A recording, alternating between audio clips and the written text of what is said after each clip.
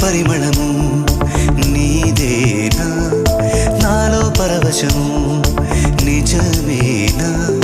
బొండు మల్లి పువ్వు కన్నా తేలికగు నీ సోకు